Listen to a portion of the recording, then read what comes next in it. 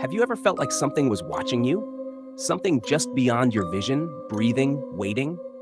Most people dismiss it. Most people are wrong. Sarah was alone, always alone. The city was full of people, yet her apartment felt hollow, like something had been scooped out of it, of her. One humid Saturday, suffocating in her own thoughts, she wandered through a local flea market. The air was thick with the scent of rust and decay. She ran her fingers over cracked china, yellowed lace, and tarnished trinkets, but nothing held her interest, until she saw it. A porcelain doll sat on an old wooden table, propped against a rotting jewelry box. It had once been beautiful. Now its face was cracked, its eyes too glossy, too aware. Its dress, faded pink and moth-eaten, clung to its tiny frame like old skin.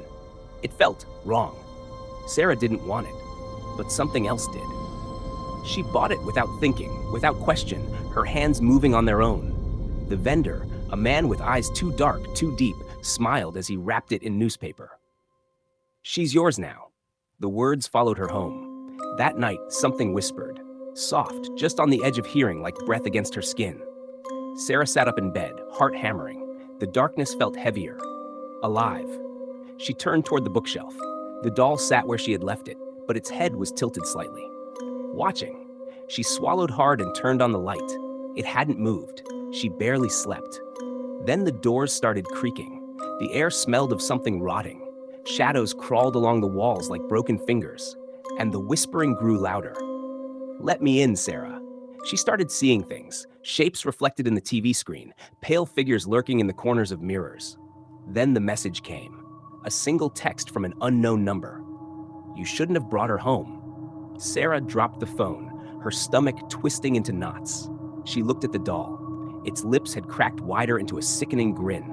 She shoved it into a plastic bag, hands trembling, and ran outside. She threw it into the dumpster, slamming the lid shut. But when she turned back toward her apartment, every window was dark, and something was standing in the doorway, watching. She didn't remember getting inside, but she remembered the sound of laughter, low, gurgling, like something drowning. The next morning, the doll was back on her shelf, closer than before. She destroyed it. She smashed its porcelain face with a hammer, shattered its limbs into dust. She burned the pieces in her sink, breathing in the acrid stench of melting fabric and scorched bone. And still, it came back. Sarah stopped sleeping.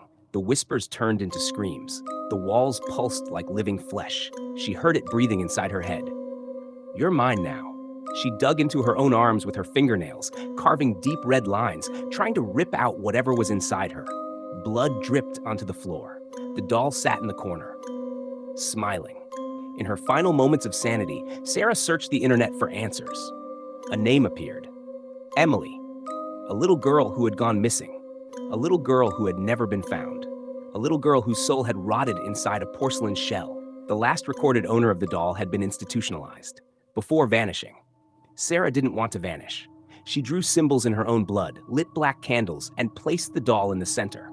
Her voice cracked as she chanted the incantation, begging, demanding, pleading. The temperature plummeted. The air grew thick, syrupy, choking her lungs. Then, movement. The shadows slithered up the walls. They pooled at the ceiling, stretching into something tall, something thin. Something with hollow eyes and a mouth that didn't belong on a human face. The doll twitched, its head cracked sideways. Its lips moved. Too late. A single ice-cold hand touched Sarah's throat. She opened her mouth to scream. Darkness swallowed her whole. Days later, the flea market vendor dusted off the porcelain doll, smoothing its faded pink dress. A new customer picked it up, turning it over in their hands. The vendor smiled. Beneath layers of cracked porcelain, a mouth stretched into a hungry grin. The whispers had already